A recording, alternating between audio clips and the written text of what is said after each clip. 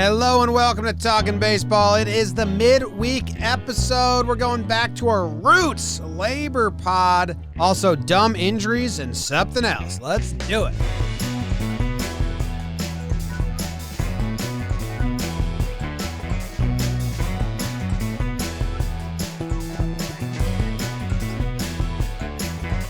Hello and welcome to Talkin Baseball, presented by DraftKings. Thank you very much for joining us today and watching along as we discuss some things that we want to discuss. My name is Jimmy. Sitting next to me is Jake. We got Trevor coming to you from California and producer BBD in the corner. Now, for everyone that watches live with us on YouTube, this is a premiere. We did pre-record this. It is a bit different. The midweek episodes will be pre-recorded from now on because it's more conducive to our schedule. It allows us to mix and match different conversations from different parts of the week, mix and match interviews. If we get a 20-minute chat here and there, we can slice it in. It's just going to be much better for us, and we appreciate that you understand and still enjoy. Jake, how are you doing? James, Trevor, Big Baby David, everyone premiering in the chat and yucking it up. Give a handshake to each other. Give a handshake in the chat. Enjoy today's episode. We got our topics. I got my dudes here. Oh my God. I'm excited. Jim, you've been researching this labor dispute. You're an expert. Trev, you've been poking from the outside to some of your old amigos. We'll see if we get some live updates on that, talk some injury bug, and yeah, hidden third topic, which is sneaky deadline pickups, platoon guys. Jim and I got lost in those numbers a little bit yesterday, and you'll hear about all the big names coming up, some sneaky names that you might want to know for your team as we get closer to the trade deadline, the easier transactions to make that actually happen around the deadline. So excited jazz about that. Speaking of jazz, Trev? All right. I dig the segue there. I get it. Yeah. And guess what? Sneaky transaction pickups. The entire Minnesota Twins team is for sale. So that'll be interesting to see. You think there's any way that's not going to happen? Do you think they're 100% going to sell pieces now, Trev? I didn't want to start the show off like this, but yeah, I think there's no way to avoid it. I mean, you have guys on 1-year deals. You had a lot of older veteran guys on the team that, look, the teams that actually are competing right now. And look, man, maybe there's a miracle comeback in these Twins. I really hope there is. But if there isn't, in which that seems the likely case, I think that a lot of those guys, I think we could see Nelson Cruz bopping it for some contender. I think even Jay Happ, and some other guys as well. Pineda's there. Barrios is there. They're all there. They're all there. Be careful around Trev's Barrios. That's touchy. You're getting an ace. A diamond in the rough. It's not really in the rough, is he? He's a 2-time All-Star. That was some A-Rod stuff. Yeah, it was. Jose Barrios, a diamond in the rough. His dad reads comics. I say, Poppy, can he play baseball? He says, can he play baseball? Can he play baseball? God, he reeled last. I know we skipped our A-Rod Sunday night segment, but there was another one where he clearly reeled off the 5 fun facts immediately, and you're just like, God, that's good. Oh, the producers gave him a list. There's some stat kid who was like, you could stretch that out. 4 at-bats. Maybe they get a play in the field, too. No. Why would you do that? Let's get it out. Do you want to start with your Trev, or do you want to start with mine? Let's get the people through the labor pod. Then we could end it with a little bit more fun and some shenanigans. Now, we've grown a lot in the last couple of years, so a lot of people might not know that our roots are as a labor pod. We're the best labor dispute pod in all of the land. This labor dispute conversation is brought to you by Blue Chew. Because we're going to talk about the fun stuff. You're going to want to make sure you can get hard while we do. Guys, it's been a hell of a year.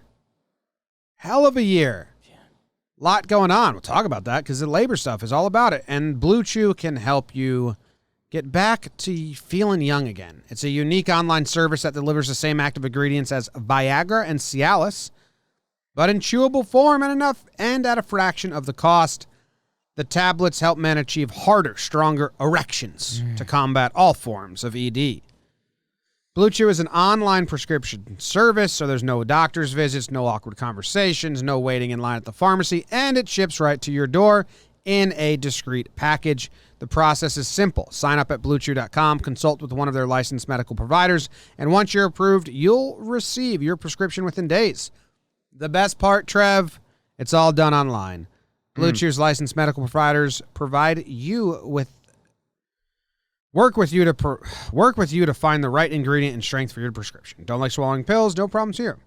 They got a special deal for our listeners. I always forget how crazy their special deal is. Basically, you just get it for free. Try Blue Chew free when you use promo code BASEBALL at checkout. Just pay $5 in shipping. That's BlueChew.com, promo code BASEBALL to receive your first month free. Thank you, Blue Chew. All right, guys. Labor dispute is back in action, Trev. The MLBPA officially filed their grievance 2 weeks ago. They filed it. They are filing a grievance with Major League Baseball for $500 million, the largest grievance ever filed. And they're filing it because they are saying that MLB did not negotiate in good faith, that they actually acted in bad faith, and they could have played more games last year than they ended up playing. They are saying they could have played around 80 games, and it's $25 million a game collectively for all the players, which gets you to $500 million. That's what they're saying. Math pod. Yeah, well, I wrote it all down. Helps. Yeah. That's what they're saying. So what gets interesting is MLB immediately filed a counter grievance saying that the league had to do a 60-game season because it was health and safety reasons. And they had to, even though, the whole when and where thing happened around 80 gave them room to play 80 games when that whole when and where happened, and the league kind of paused that and waited out till the 60 games was the minimum. They had to play 60 games. The MLB could not play less than 60 games, and the union knew that they were going to drag their feet until they got to 60. So what happens next is a couple things. They either meet in the middle and settle on their own. That's not going to happen. They either go to an arbiter. That's kind of what's going to happen. If they don't settle, they'll go to an arbiter. The arbitration panel is made up of 3 people, 1 representative of the union, 1 representative of the league. So those guys are going to vote for the union and the league. So really it's made up of 1 person, and that dude's name is Martin Scheinman. And he is a professional arbiter. He is the number 1 neutral in all of America. That's what his website says. And he...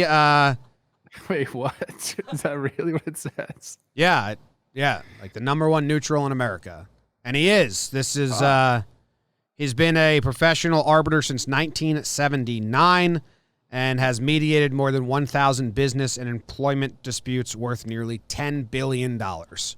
That's his gig. He's a lawyer turned middleman. You got a dispute. You got kangaroo court going on. I'll be your arbiter. You don't want to go to a real court. You just want 1 dude to make up the mind. So Martin Scheinman is the guy in charge here. It's the biggest grievance they've had. In the 90s, they settled on the 80s collusion case, where the league had to pay the union $280 million. With inflation, actually is $570. So that was the last time this really happened. What year is that again? I'm sorry. 1990. Okay. But for the 1980s collusion. Gotcha. Yeah. So the league wants to expedite this. They want to do it really fast because they know that the players want to do it really fast, because if there's a settlement, the players get their money faster, and everyone wants that. And the league wants to get it done before December, because in December, the CBA is up, and then they have to negotiate the CBA. What a lot of people are guessing, Trev, is that the union doesn't want to settle this, doesn't want Marty Scheiman to settle it. They want to say, we'll eat this as part of the CBA as a bargaining chip.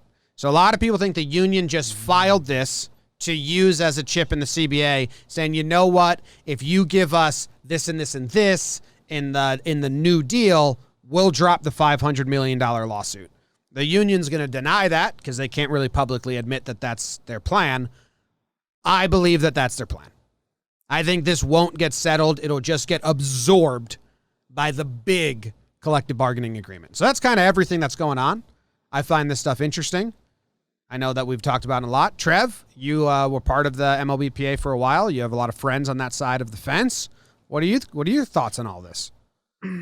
First, Jim, I think that you'd be an excellent arbiter, and I feel like it might even be your dream job. Am I way off on that? I am jealous of Martin Scheiman. I'd love to hear cases and be like, no, you're wrong. I'm with them.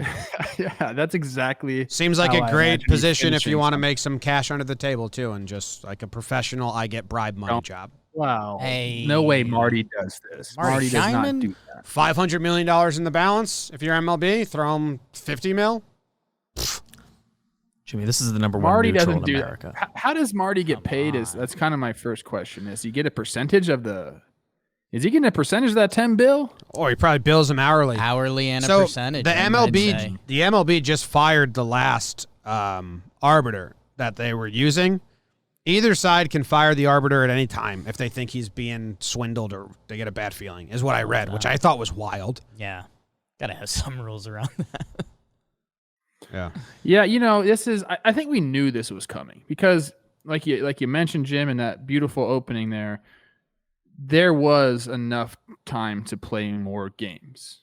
Like they delayed it and delayed it and delayed it until their only option was 60 games. And even when they did that, they were like, oh, well, they were claiming player health and safety. They X the fans. Fans were gone for the whole season, but they wanted to play more playoff games. So they didn't want to play more regular season games. They wanted to play more playoff games because, and we cover this in our labor pod, that's where they make a lot of their money. And they don't pay player salaries in those extra playoff games. So it's a win-win if they do that way, and that's exactly what MLB ended up doing. I got my first live reaction from a player. Do you want me to read it? Live reaction. Yes, and also correction, Martin Scheiman's website says that Scheiman is widely viewed as one of the busiest and most acceptable neutrals in the United States. So not the number one. Not neutral. number one. Well, that's so different. Yeah. I'm going to wait to see how this shakes out, but I'm pretty much a big Marty fan right now. I think he's got life figured out. He found a nice little niche for himself. Well, he owned a third of one of the most winningest racehorses in America. Does that do anything for you? Kind of. Yeah, that's pretty cool. The horse was called the Yankee Affair. Is that like a Lou Gehrig reference? Not a Lou Gehrig. What's the guy's name? Joe DiMaggio reference? I don't know. The nom de course name was Juju Gen because two of the owners were Jews and one was a Gentile. So it ran under the name Juju Gen, which I think is funny. So I like that. Okay. First player reaction. Obviously not going to name any names. I think we could have played more regular seasons just fine last year, especially if we weren't going to let in fans anyways. And then they were still trying to delay the season this year for no reason at all. That's a great point. They were trying to delay this season. Like these guys don't want to pay regular season salaries. They want everyone in the stands, and they're willing to do a lot to make sure that happens. So that's a good point. And just to cry poor when they didn't even really lose money, they just made less than they were accustomed. We're not sure if that's actually true or not. Right. I kind of agree with that, but we don't have the numbers in front of us. And any other business, that's part of life. But these blank just want all the money they can get. So you see the sentiment of players right here. Like they believe firmly in this grievance and their cause. And to your point, Jim, about not wanting to settle and using it as a bargaining chip, I see how that could play out because, to be honest, and we've talked about this in full extent when we were a labor pod, the players and the Players Association doesn't have a ton of bargaining power or a ton of leverage. So if this is a way to get that leverage, okay, I could see that happening. That part's fascinating. That part's really fascinating. If they try to tie it into all this, and we're 99% pro player on this. Trev used to play. I'm still considering. Same with James, David. I'd be interested to see. I mean, it's kind of, the shower is kind of my dark place. Whoa. And, every now and then I tune in and I think, and I'm like, man, this season's going to be awesome. I'm so excited. The world's getting better. This is great. And then I'll have that little man, the second baseball ends this year, we are going to be in a weird place. And that doesn't get me too excited. So, hey, if the players have another negotiating chip and that gets us maybe a step closer to getting a deal figured out, I'm here for that. And yeah, I mean, I'm dumb. Don't put that on the record. So I don't know how any of this is going to play out. I'm fascinated to watch from the outside. I'm scared how far to dip my toe in. I think it's, for me, it's a case of you just know enough to be dangerous and get in front of a microphone and say what you're going to say. Man, I don't know, because the whole thing is, Rob Manfred, the whole reason he's the commissioner of Major League Baseball is because he's supposed to be a labor expert. That was his expertise. That's kind of why he got the position. So if the players win a $500 million case of labor negotiation, to me, that feels like not the goal for the owners to give back $500 million in a year when they potentially lost money. Again, we don't know the books. Like you're saying, Trev, they either didn't make as much money as they normally do or they did lose money. So that's the part for me that's wild because, hey, the stuff on paper in front of us, negotiating in good faith, they essentially gave the same offer 3 times in public that we saw. So that doesn't necessarily seem like good faith. And the condition they ended up playing games in, it seems like they could have done that for more. And like you're saying, in that update we just got from a player that, they still tried to drag their feet this season while they knew there wasn't going to be as many fans in the stands. It seems like the players have a really good case. So I have no idea, but however it sorts out, doesn't feel good for Bobby and the owners right now. Yeah, I don't think they're scared in the slightest. I think my guess would be that MLB and the owners are like, cool, you think you have a chip to play. We'll give you the DH you want so bad, knowing they want it too. Or sure, we'll give you extended playoffs, knowing they want it too. MLB probably settles this for half of it quietly, early, like they want. Or they go into the CBA and they're like, yeah, cool, you got a chip. What do you want for it? And they give something that they don't care about anyway. I root for the union. I have no faith in them in CBA negotiations. I don't think that's what the PA is going to be asking for. They're not going to be asking for a DH. They're not going to be asking for extended playoffs. I think those things are just going to happen. That's not what I know, but my sentiment was they're going to get something that both sides don't really break the back either. What they need to be asking for is higher minimums and less years of control and arbitration. But we can do the full CBA talk then. But that's where this lands. So we'll get an answer soon, or we probably won't. Yeah, I think you're dead on with the demands that the PA is going to have. I think that owners and anybody that knows baseball understands that when you are valuable to a team and when they value you the most is when you're making a league minimum. You're not making what you should make. And then when you get to the point where you are finally going to get paid what you're worth, a lot of these teams are getting away from those players.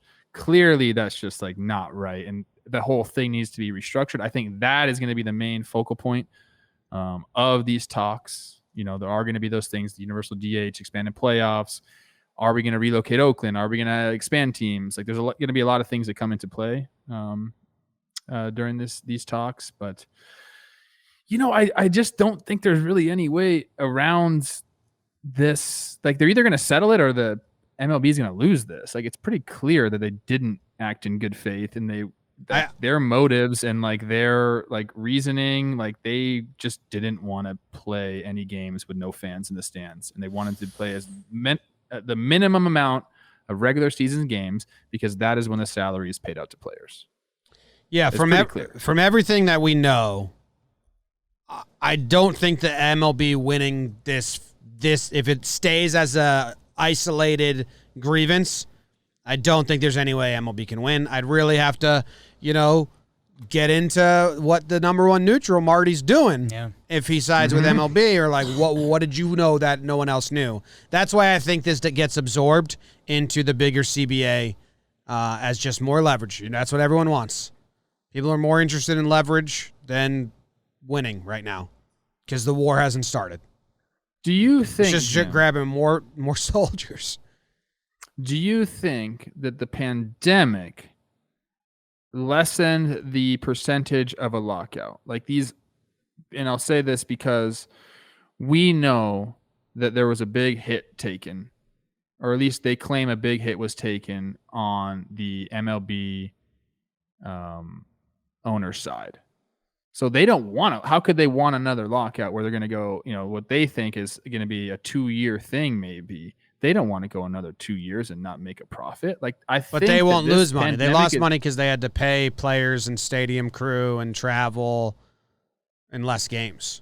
Well, I think well, they lose. Did they lose money, or did they not make as much as they're accustomed to? I think if they're equating those two things, they're not going to make as much as they're accustomed to with 2 years of lockouts. Well, no. So in my mind, this might actually play in favor of an agreement being agreed upon. An agreement being agreed if you know what I mean. I don't. Trev, I think to what could potentially tie into that, because normally, at the end of the day, the owners kind of do have the power, whether it's money or the chips they're playing or whatever they're trying to do. It is an interesting angle with the pandemic because, the players, and like we talked about, not everyone is a $30 million player. In fact, very few are. A lot of guys make, if you're in the show, most make the minimum or under $1 million. So they lost a percentage of that last year, which sure is a lot of money. But these owners, who are very smart and very intelligent businessmen, say they didn't lose money last year, but say they were projected to make X, hundreds of millions of dollars, or whatever it was, and they did not. How much did that change their outlook and what they do, and whether it's just tied to one business or multiple business? So that'd be an interesting wrinkle. I think when the owners have their meeting before the CBA, I think they say no, nobody can have that attitude. Like, that's got to be out of here. We're trying to do something bigger than that, but man, it'll be a dark day. Second live update. Second live update. Time for Trevor's Tidbits. Oh, I'm back. Another text, another guy I won't name. This one's interesting because we kind of forgot to mention this. I asked him straight up, bargaining chip, or do you want to resolve it? He says, from what I know, not being used for bargaining chip purposes. They wanted us to forfeit the right to file this, and we didn't for this reason. And that's true. If you go back, they wanted that was what MLB put in. I forgot about it. MLB put in their offer that we'll play this many games, but you can't file a grievance. And that was their last move to get it down to 60. Yep. Because they kept just sending offers that they knew the other side would reject just to get it down to the minimum 60 games. That was the final one. So that is MLB's play. Like, well, we could have played, but you guys wouldn't waive the grievance. It's like, well, I think what's the guy's name again? Martin Scheinman. Marty's not falling for that from MLB. Marty's seen it all, dude. He's in Long Island. We might have to go scope him out. Should I message him? Do you want to come on number one labor dispute pod in all land? Should we have a dispute and see his rates? Yes. You should try to work for him. Like, try to like get in there. Say, can I be like your protege? I have no bias. It's one of the better episodes ever of Always Sunny when they hired the third-party arbiter for the lottery ticket scratch-off. It's really good. Let me finish this text, and then Okay. I think we can move on. He says, as we learn more this offseason about last year, the PA believes we have a legitimate case with how things unfolded. So, look, this is coming from I the agree. inside. I agree with that. I'm just interested how it's going to play out. All right. Thank you very much, Blue Chew, for bringing us that topic. We're going to go to Trevor's topic next, and it is brought to you by Dugout Mugs. They are still doing the early bird Father's Day sale. It's happening right now. The first 500 orders with code JOMBOY get 35% off. Big boy discount. I got them all right next to me. Trev's got his. Dugout Mugs. You can get custom engravings, so you can get the school your sibling went to. You can get your dad's favorite team. You can get your little league team for the coach. Or you can get a baseball team. You can get Talkin Yanks. You can get Talkin Baseball. 35% off. Trev, you sipping on a cerveza right now? I waited for this moment, baby. Wow. Don't judge me. It's only 11:30 where I'm at, but man, I kind of needed one, guys. I thought I'd tie it in with the whole Dugout Love Mugs that. thing. I did it. Dugout Mugs. Use code JOMBOY. You get 35% off the next 500 orders. Trev, what is it that you would like to discuss? Well, man, we're talking about dumb injuries, and this is coming on the heels of Husker Yanoa of the Atlanta Braves breaking his hand after punching a seat when he was upset about how a start went. You know, our coworker Ashland put out just an incredible video. Look, I don't know who needs to hear this, but if you're a pitcher in Major League Baseball and your literal job is to throw a ball with your hand every fucking day, it's what pays your bills, it's what makes your living, you probably shouldn't go around punching shit when you get mad. I mean, just a fucking thought. Because now, what the fuck are we supposed to do? Because your stupid ass got pissed off and decided to punch a fucking wall. Why can't you fucking beat the shit out of a fire extinguisher like Nuke did? That's fine. Beat the shit out of the fucking bullpen phone with the bat. I don't give a shit. Do whatever you want. But don't punch things. That's not smart, baby. That makes no sense. Don't do that. Because now we're fucked. Because you a fucking dumbass. What? Basically how every Braves fan probably felt. She laid it out on the table, and it got me thinking, like, what other of these dumb injuries have happened? We've already had some this year, so we'll talk about those. And then I kind of want to like go back in time and, if you really just go through, and you can even Google dumb sports injuries, a lot show up, and it's fun to think back and how much it affects. Like, you think, yeah, it affects the team a lot, but man, it affects the fans too. like was the Braves' saving grace. He's kept them in this race. He's given people a reason to watch the Braves when a lot of other things weren't going right. He was giving them a reason. Soroka has the injuries already. He had another setback. Other starting pitchers weren't doing so hot, but this guy comes up. He's hitting grand slams. He's pitching well, and then he does something dumb like this. And the collective fan base, I mean, the air just got let out of him. So I wanted to talk about dumb injuries. I know, Jim, you mentioned some in our group chat, and I think it'll just be kind of fun to talk about it, man. I posted the Buldorum clip. Like, dude, if you're a pitcher, come on. Rule number one. I do find. You see how Snitker handled it, though? Like, I thought it was about as good as you can handle. No, what did Snit say? Basically, he just said, look, this is what happened. And he laid it out. There was no fluff about it. He said he was, he wasn't happy. He punched something. He felt discomfort. And then on the flight, started to hurt him more. They got it checked out in the morning. Turns out he has a fracture. I think the best line that he had, Jim, was he said, it's not the first time this has ever happened. It's not going to be the last time it's ever happened. So he was taking more of the, look, It's a young guy. Obviously we're a little bit disappointed because he was pitching so well, but let's have his back. Like, he didn't do it. He did it out of frustration because he wants to win. He didn't do it to sabotage anybody. So I like the way he handled it. I thought, there's a few ways you could go with that. In these situations, it doesn't have to be just an injury. Like, I've heard people talk about that, like when guys get popped for steroids. But I thought Snitker handled it extremely well.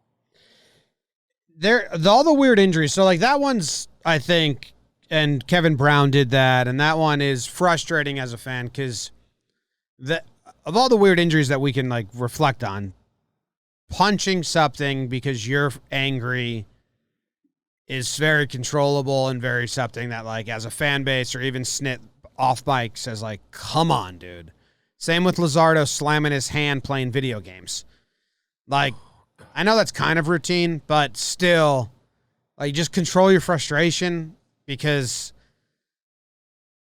that, like, you use these every single day. But there's a lot of really weird ones and fun injuries that we've had recently, man, that I don't blame at all the player. It's just like freak of freak. I mean, do you remember last year Wheeler was pulling his pants up and like sliced his finger on the zipper of his pants? Like, you can't tell that. You can't tell Wheeler, like, you can't be putting your pants on. Quintana was doing dishes. The dish is a tough one. The sneezes is also a good one. That's happened quite a bit. I know Sosa had a sneeze issue. I feel like there was times where I've sneezed. I'm like, I might have just pulled something right there. It's a violent action. Guys, it's the story of my pandemic. I had hurt my neck. We did a couple big watching days. We watched some old World Series. Go watch those. Those are still up on the channel. And I had hurt my neck because I was staring at a screen. I did like a neck turn all day. It hurt. And so I was hurting. I was having a bad time. I ripped a sneeze, and it felt like on the left side of my body that all of the muscles had been disconnected from the bone. That's what it felt like. And it was an awful feeling. Oh. And Sammy Sosa, he had that. We've seen other guys throughout the years, and I was... If you're going to play the sneeze card, I can't argue against you because it has affected my life. I have this article up, and when we started talking about this, I Googled dumb sports injuries, and there's an old Bleacher Report article that has like the 50th dumbest injuries, and this is back in 2011, so you could probably add on to this a lot, but there's some really good ones. Can I read a few to you? Please. Well, this one's really funny because I think we've all experienced this in some way, shape, or form.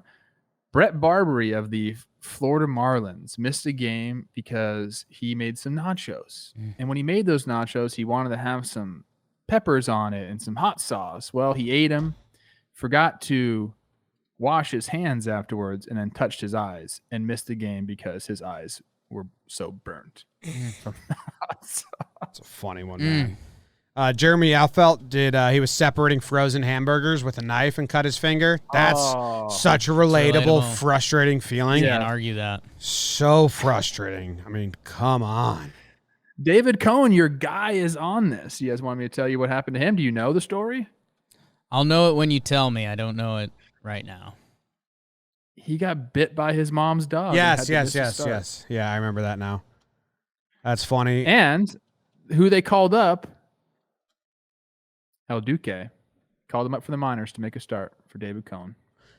You know what ones that El Duque is awesome. You know what ones that I am kind of like, Cespedes with the wild boar and Madison Bumgarner on his quad or whatever it was.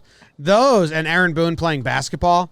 Those are a little bit like, I don't know, guys, is that worth it in the middle of the season? But again, like these guys are playing sports professionally, so like they should, if anyone's able to handle playing pickup basketball, it should be a professional baseball player.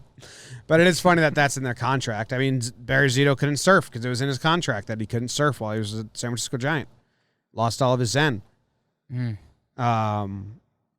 Zamaya's all time. He said Guitar Hero. That was a fun one because I was doing the Guitar Hero thing, man. I was rocking and rolling. I could see you on that. I liked Guitar Hero a good amount. I mean, obviously Bauer, you got that one. Yeah. Clint Barnes with the deer meat. Dear me. Are you guys on this list? It's really really good. There's a lot of good ones, and actually, we should give a shout out to David Adler and Manny Randawa, who I met when I was in Colorado. They just did MLB.com article that has a lot of them laid out there, and it's pretty good. And I think we're in a stretch. What I'm seeing from their article is there's some stretches like, in 04, 05, 06, Clint Barnes, deer meat, Joel Zumaya. With the Guitar Hero. I mean, that's tough to beat. Julian Tavares had a hand thing there, and that's also Sosa's sneeze. So that's a 3 years with, 3 all-time pretty ridiculous ones. And I think I got another really relatable one. And this could go for a couple different things, but what's this? Adam Eaton. This is not Adam Eaton that we know. It's Phillies pitchers Adam Eaton back in the day. Cut himself trying to open a DVD. Now, if you guys remember back in the day, CDs and DVDs were it was like a damn Rubik's Cube to open those things up. So I see him getting frustrated trying to open it, grabbing a knife. So that's where you've lost yourself. Like if he stabbed himself in the stomach, though. Yeah, because he was coming in with it, slicing in. But if you're, the packaging like that, does it even exist anymore? Because if you're getting to the point where you fought with the DVD or the CD, and everyone has, but if you get to the point where you reach for a steak knife, you've already lost. Yeah. And you need to have the mental ability to regroup. You know what? If I'm going to use a steak knife, maybe I go slow. There is still packaging like that, Jim. When you buy anything electronic, it's in that hard plastic that's kind of sucked in, shaped perfectly for the electronics. Getting in those things, you literally have to get a knife or scissors to open it. And a lot of these guys, they didn't have enough time as a child playing with these things to get their coordination right. It seems like they paid the price for that. This one says Kevin Kyle. I don't know who that is. Do you guys know who that is? It's not necessarily a baseball player. Okay, a Scottish retired soccer player, footballer from Scotland. Pick him up. He received first-degree burns on his penis when someone threw a pot of boiling water at him. That's a bad time. Oh. That's a bad time. Yeah. I would not do that. Yeah, no. I would carry deer meat. I would Marty Cordova's tanning booth, Guitar Hero. I do all of those. I would not do the boiling hot water on the wieners. Oh, I thought it was like a lover's quarrel. He had the younger of his son perched on his knee while holding a jug of hot water to warm up a bottle of milk, but the kid slipped and booted the jug, splashing the water onto his dad's lap. Oh. It was understood to have burnt Kyle's testicles. He went to the hospital and was kept overnight. Yeah, so that sucks. Don't like that. Spilled it on himself trying to warm up a bottle for his kid. Why was it so hot that it could burn your testicles, Kyle? It shouldn't be that hot. Shouldn't be that hot. I've had the warm up bottles before, and I guess, yeah, look, man, I have a little tea kettle, an automatic tea kettle that warms up water. It gets that hot. So that's relatable. Your dad and I got another one that actually I've done before, or actually I didn't do it to myself, and you guys were a witness to this one. Wow. John Smoltz got injured because he tried to iron his shirt while he was wearing it. Didn't end up missing any starts, but had to, get it taken care of. Do you guys remember when Bill tried to steam clean me? Yep. Yeah. While I was wearing the shirt, I still have a scar from that. He steam cleaned me. I just didn't wiggle around, so I didn't get burnt. I didn't know what was going on. I don't think I was paying attention. He just started steam cleaning me out of nowhere. Just blindside. I'll never. Gosh dang it, Bill. Effort came out of nowhere. So he's gonna miss. And Noah, he's gonna miss 2 months. Sucks. I do, Trev. I like what you said about Snicker. That you have to answer some questions to the press, and this is a young man, and you can drive the stake home and call him an idiot and say it's stupid and you can never do that. And like he did, like a true baseball guy, he's like, he wasn't the first. He won't be the last. I'm sure in the next 2 years there will be another young pitcher that punches something and hurts his hand. Did you ever get injured playing sports growing up in high school? Did you ever have anything bad? I sprained my ankle like 5 times, that's all. My good story is I got subbed in up top playing some footy, trying to be a hero. We were down like 3 goals, so I was just like, I'm going to let it rip, and if I'm a hero, then I'll finally get laid. If not, I'll continue not. So I'm like, I'll just barely across midfield, don't have a great leg, swing full tilt. Defender pokes the ball away right before I kick it, so I ram into his leg, and I start limping and hobbling, but I'm a tough guy. I'm not gonna give up. So I play the rest of the game, go to a house party that night, the man, don't get laid, sleep in my buddy's, what's it called, the bunk beds from when he was a youth, wake up, take 1 step, fall right over. I'd like sprained my ankle pretty good from that kick, but I hadn't realized it with the adrenaline and then partying. So yeah, I was just on crutches for like a couple weeks. For a sprained ankle? It was like bad. I mean, it was like I couldn't put weight on it. Interesting. Yeah. I had a good joke. I had a fat joke, but I'm not going to do that. Okay. You can do a fat joke right now. I did back in the day. 2005, I was playing in Beloit, Wisconsin. Oof. And great this time of year. Yes, I was gonna say beautiful at this time of year, but when the sun starts coming out, a lot of little midges. You know what a midge is? Hey, I didn't know what a midge is. Don't talk about midges, Yankee fans. Oh yeah, it's the Yankee thing. Well, anyways, I never really experienced that. You know, California doesn't really. I don't think we have midges. Whatever. California doesn't even have mosquitoes. Anyways, really, it's awesome. Yeah, I was out on the field.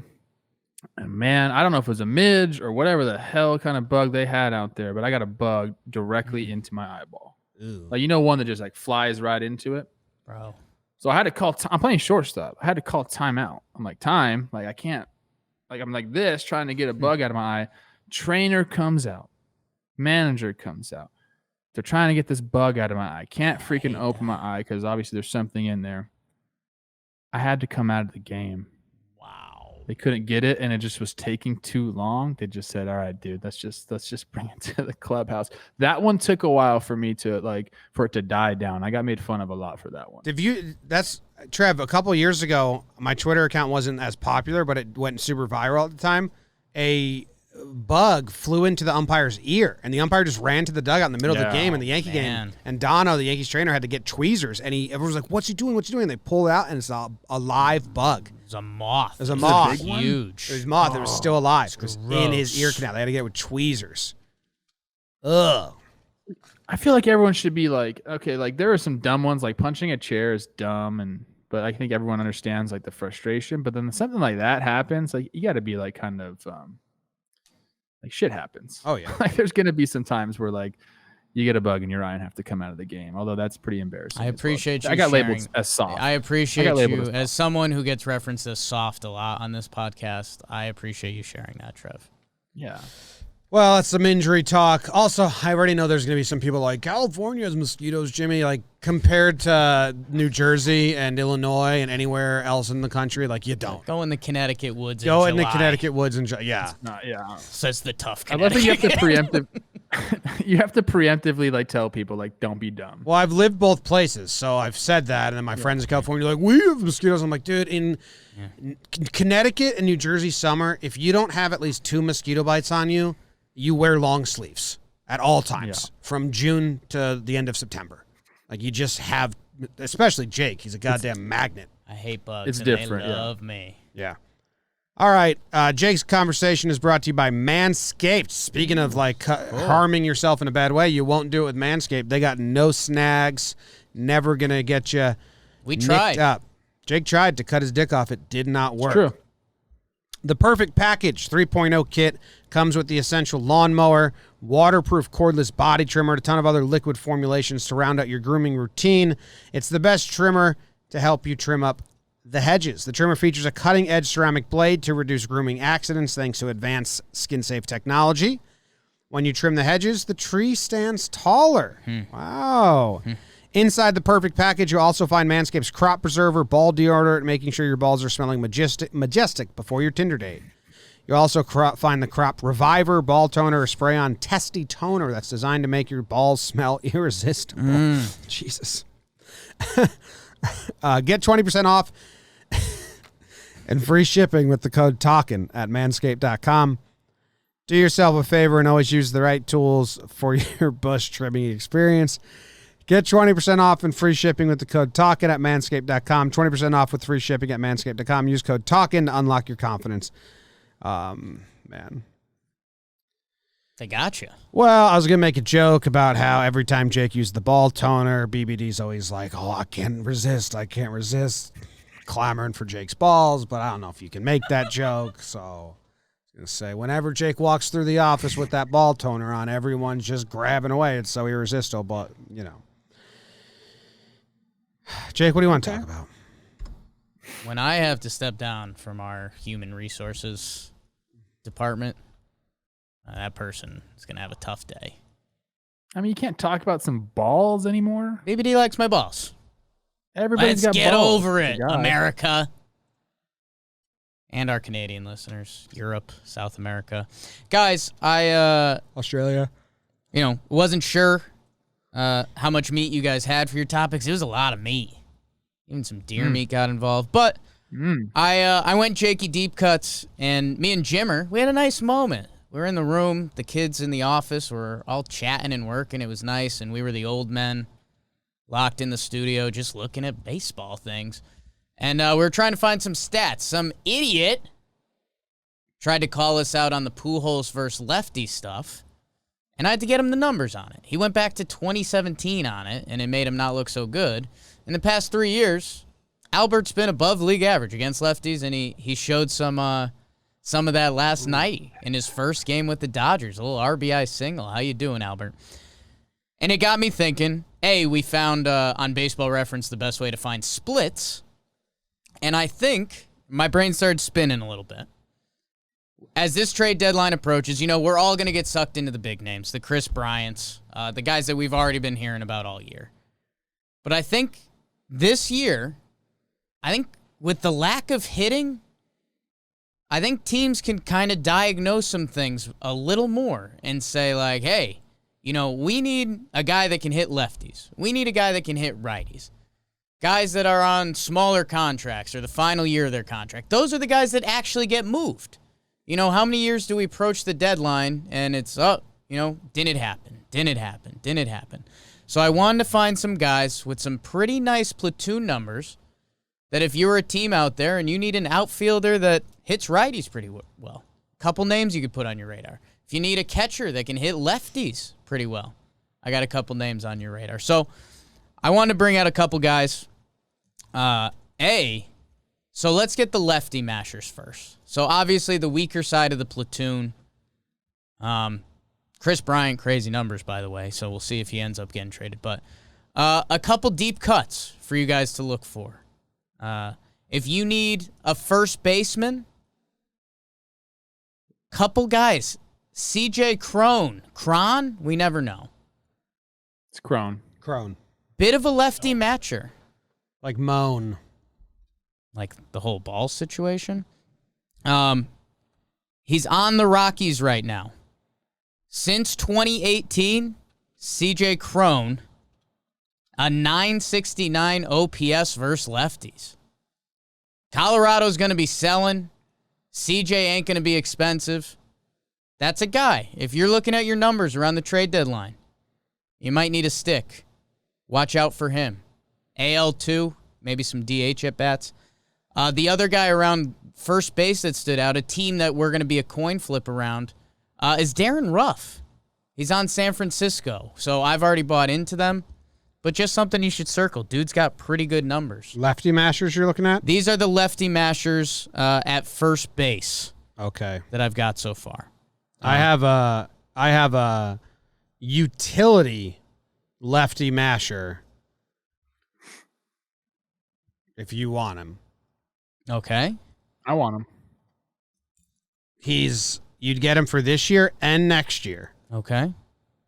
Arb next year, 1.6 mil this year. Interested? Second base, third base, shortstop. Okay. Versus lefties since 2019. He's got a 948 OPS, a 398 batting average, a 414 on base percentage. Okay. Hanser Alberto. Hanser's on my list. Hanser's on my list. Our guy. It's actually a real good trade target. Royals are going to be Kansas selling. City. He plays every position, so you can just slide him wherever you want when a lefty's playing, and he mashes lefties. Hanser's on the list. He was coming up. Yeah, he's one of the few infielders. So yeah, that is an exciting one. The only other infield, but he's outfield and also really good, is Ketel Marte. So that would be if Arizona. I think you'd still have to pay a full price tag. But no, Hanser's on the list. In the outfield, Darren Ruff can play a little bit out there, and I don't think they're selling. Chris Davis on the last year of his contract.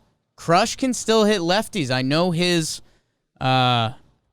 some of his numbers have been down over recent years. With a K. We're talking with a K. We're talking with a K. My guy. Okay. 857 OPS versus lefties on the Texas Rangers. Has a little bit of money attached to him, but it's the final year of that contract. Wouldn't be surprised if he gets in the trade talk conversation. And then there was a bucket full of catchers. About Trey Mancini. He's good. Trey's just good. We'll see if the Orioles put Trey on the market. We've been wondering if he's going to get traded. They should. They should. He probably doesn't fit their timeline, but he's also kind of their only guy. He's only there for one more year. Like if they let it ride out with Trey. The catchers, man, this is wild. Wilson Ramos, crushing lefties, Detroit. Should be available. Tom Murphy, crushing lefties, Seattle. He's got to work on that name. You're not buying Tom Murphy? So boring. Yan Gomes, still crushing lefties. Your Nationals. He's had such a strange year. Strange guy. He's hitting like 120, but his on base is like 380, right? Well, that's what it is, man. This year. I think you're thinking of Grandal. Could have been the yes man. Oh, I am. Yeah. You are thinking of Grandal. Y names. YA names. Jacob Stallings They for kinda look Pitt. alike, I think too. they're going to hold on to him, but he's low-key been mashing. So I don't know. If you need catching help, I think a few of those names are going to be going.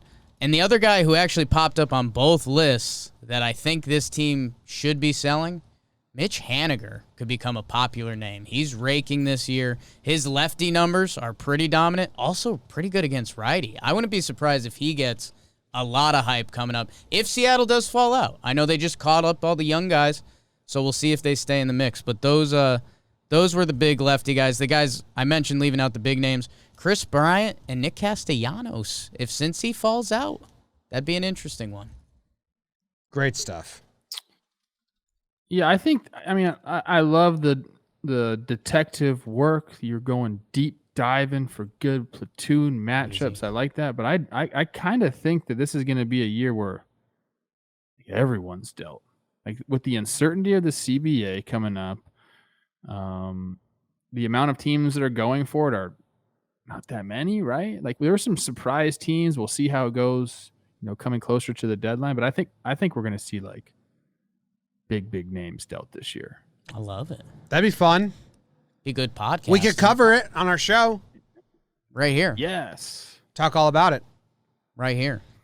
And then a couple righty hitter guys that hit righties, excuse me. Oh, you're going on. Okay, I got okay. both. I'm sorry. I thought you were done. platoons, That's why I babe. went there. I'm sorry. I work hard. The team that we've been waiting for fall out, the Cubbies, Jock Peterson on the 1-year deal. Mm-hmm. If they fall out, that would become sexy to a lot of teams. And another corner outfielder. How about David Peralta, the freight train? Yankees land, he's already getting mentioned a lot. That dude's got some really good numbers. If he becomes available, that's a guy being in Arizona now that they're finally getting the press they deserve by hanging on to the Jake wagon. People are finding out. But, man, if David Peralta had been on your baseball team the past 5-6 years, you would talk about how good that dude is. I think he's got a gold glove in the bag. I think he's got a silver slugger in the bag. Freight train me daddy. Josh Bell If Washington falls out, his numbers versus righty still pretty good. Trev, you mentioned your Minnesota Twins. You're looking for an infielder? Jorge Polanco. Better numbers versus righty. He kind of, I don't want to say fell out with the Twins, but a little bit. Like, he was their starting shortstop, then they went out and got Andrelton, and Arias is in the mix. So if Minnesota starts the fire sale. The other fun name that popped up in the search, what if I told you there's a guy you don't even need to trade for? What if I told you? What if I told you there was an outfielder out there with an 837 OPS against righties, the dominant side of the platoon, who's a free agent right now? Don't tell I me. think he's on. Is he not on Team Israel? No, he's not. He's not good friends with Trev. Saying, yeah. Puig? Yasiel Puig. If teams wanted him, Stop. they would have had him. He's playing baseball right now. He has like this assault case pending against him right now. I think that's a big reason why nobody's picked him up. It's true. But I think before that even came out, teams weren't making moves on Puigs. And people forget, like, some of his numbers, man. Some of Puig's numbers. So, Trev, you're absolutely right. What about Soler? I mean, Soler's kind of... He's having a bad season, but he's crushed righties in the last couple of years. I mean, he had one of the bigger homer seasons we've seen. Like, Soler's a monster. If KC goes in fire sale mode, I mean, Soler's a piece you'd have to pay for. He's a free agent at the end of the year. But they still value him. I mean... We haven't seen a rental get paid for in a while. Yeah. I mean, Soler would be a big piece. I kind of put him in the big piece bucket. That's like a game-changer pice. At least the Royals are going to... He's having a pretty bad year right now, and you got to take on a good amount of money, and you're only getting him for 2 months. I don't think he's going to cost that much. The other guy on that Royals, if they go fire sale, because at the end of the day, we are eyeing teams here. If Kansas City continues to fall, the Colorados, Detroits, Benintendi, who's quietly kind of turned his year around. 283 batting average, a 346 on base. He's cheaper, and you get him for 2 years. So yeah, I think Trev, I'm excited for your trade deadline where all the big names are going. But these second tier guys, I think with the lack of hitting around baseball this year, if you can find a guy that when you pencil him in, he's an 800 OPS type guy versus whatever side of the platoon it is, I think those guys are going to be more valuable than ever. Yeah, I agree. You know, they're what's the threshold, whatever you want to call it. I always forget what it's called. Sure. You know, the soft cap the teams use as a hard cap, whatever. That's going to be a big deal at the deadline. And the guys that you're mentioning are guys that teams can sneak into their lineups to improve them without going over. I'm looking at one guy right here, and he's been talked about the last couple of days, but like to think about him on a different team, you know, playing in the playoffs is something special. We're talking Joey Gallo. He's got this year, he's earning $6.2 million. He's got another year of arbitration eligibility before his free agent contract, so he will demand some prospect capital. But the Rangers aren't anywhere near ready to compete. We all know that. Is this the year? Are they going to be the smart team that actually will trade him when his value is high, when teams want him? Or are they going to say, hey, we'll keep him for one more year and then see how he goes next year? I'm hoping that they maybe give him to your Yanks. Is there enough room there? Do the Yanks have enough room? No, not on the field or in the payroll. But I also... $3 million? How much? Well, it'd be half a year. 6.2? $3 million? They have that, but I would guess they're going to get a pitcher reliever. Okay. I think the Rangers might keep him because how are they going to sell tickets next year? He's the face. They still have that brand new ballpark, and I don't know, man. If they're a smart organization, they're looking 3 years ahead, 4 years ahead right now. Not worrying about that necessarily, I guess. They're trying, like they're still trying, which is I agree with you. It's kind of weird, but they've been trying. Wouldn't shock me if they move on from him, but I think it's fairly likely they at least stick with him through this year, while it's like the first year of the new stadium with fans and stuff, and you can trade a full think year next of them in year's the the year. offseason if you want. Yeah, you've heard that, Trev. Yeah, I I don't know. I don't get it. But you've heard that from people who know that they yeah, think we've heard that from people. they think next year's the year. So They thought this year was the year. They thought Still this might year be. was that's the what year I'm saying. too. The Rangers don't know that they should go full tank. Hovering around 500. Yeah, Jim, this is kind of what I meant with Soler. I think it's the same thing with Gallo. I think the way that their teams value them is different than what proposed trades would be. Like, Texas still pictures Joey Gallo as the guy who played 2017 through 2019 with a 869 OPS. He's got a Gold Glove in the bag, an all-world type power hitter. And for the past 2 years now, and we'll see, hey, it's very early into the season. Gallo's got a 751 OPS. He's leading the league in strikeouts. We'll see what he does, but the last 2 seasons, he's combined for a 710 OPS. So what are teams going to offer for a year and a half of Joey Gallo? What are teams going to offer for half a season of Jorge Soler? Because I think the Royals would want a prospect, and I don't know if they're going to get offered that. We've never seen it. The last couple of years, like Manny Machado, Dean Kramer headlined that package. Yeah. Like, It's 4 prospects, right? well, it was like Breivik, which barely counts. He wasn't a prospect. A relief pitcher, Dean Kramer, Breivik. Yeah, it was 5 people, but no one was big on the list. That's what I think. I think Kansas City would ask for something like that, and I think other teams wouldn't be willing to offer it, is what I'm saying. I think it'd be less than Curious Manny. who the biggest buyer Soler's having is. a bad year. The Royals like their guy. Be interested. They should try and trade him. If someone wants him. They say his last full year, he hit 48 ding-dongs, played every day. What do you guys? Who do you think the biggest buyer is going to be at the deadline? The team that's going to add the most. Buyer. You said the Yankees can't. The Yankees are going to add one guy, a pitcher maybe, right? They got $5 million to play with, unless they trade off some money. Is it the Cardinals? Is it the Brew Crew? I'm when I look at the standings, like those teams are going to be there. They have the best shot, and I think they have some wiggle room. They've made big trades before. I guess the Cardinals have already kind of made their big splash, but The Braves? I don't know. I'm interested to see. The Braves need some help. the team that we heard talked about all postseason, offseason, excuse me. How about the Toronto Blue Jays? If they're in the mix, we keep hearing how they want to sign these big fish. A little bit of trade capital. Oh, the White Sox. The White Sox have room to spend. They're the best team, and they're going to want to bolster. And what do they need though? You always need something. Fuck. The rich get richer. White Sox have, they have $40 million until they even come close to the tax. So that's it. Scherzer. White Sox Damn. can go get another pitcher. They can go get another relief. Like they're flush everywhere right now. There might be an injury, there might be something, but the White Sox. I like the Blue Jays if they're still hanging around.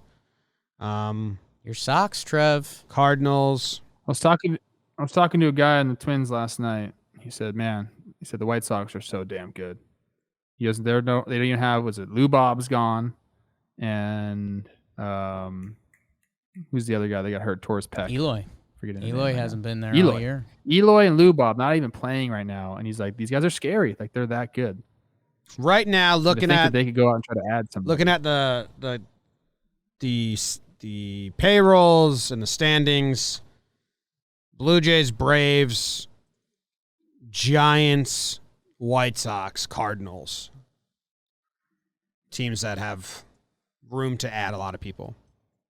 Red Sox, they bragged about getting under the tax. They only got like $3 million, so they're not going to make a ton of moves.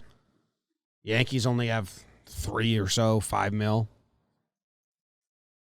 Astros don't have a lot I'm looking either. at the White Sox. Yeah, I'm looking at the White Sox page right now. I know we're getting a little off topic here, but I don't know how many times this has happened this deep into the season. But with his freaking Jimmy Jack last night, Nick Madrigal, our guy, after we talked shit about him, it's a homer. Madrigal, he got his OPS plus too 100. Every single person in their starting 9 right now that they have listed has an OPS plus 100 or better. That just doesn't happen. There's no way another team in baseball right now has that, and I'm curious how many teams, since they started keeping that, I guess they can go back in time. How many times that's happened at this point in the season? Couldn't be that much. 100 OPS plus every single damn one, and they have freaking Danny Mendick hitting grand slams. He's got a 142 OPS plus on the bench. And this is without Lou Bob. Or it does take into account Lou Bob. It does. They're good. In a year that Crazy, man. In a year that nobody's hitting. Yeah, exactly. Yeah. All right. That's this episode. Thank you guys very much for tuning in. We'll see ya on Friday for the series recap. Goodbye.